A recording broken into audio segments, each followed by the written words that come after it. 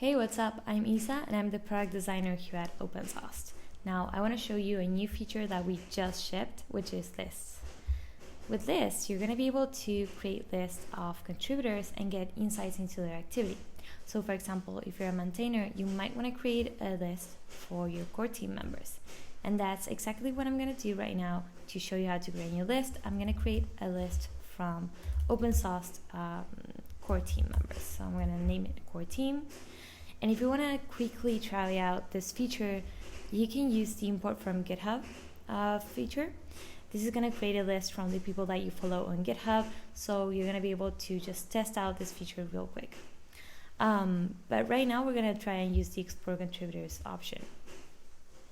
So what I'm going to do here is I'm going to search and add my team members. I'm going to start with Brian,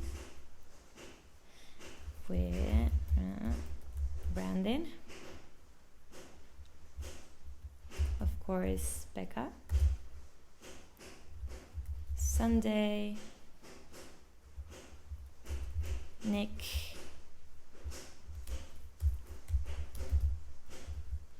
John, and myself.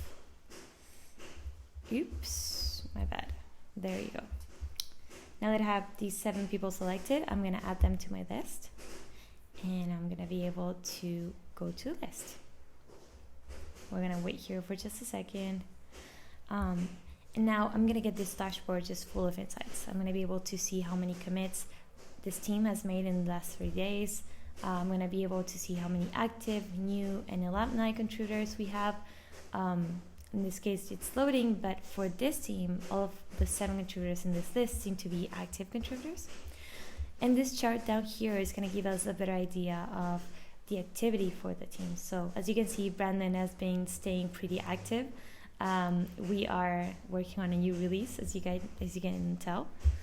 And if we come here to the activity tab, we're going to get 2 very interesting charts.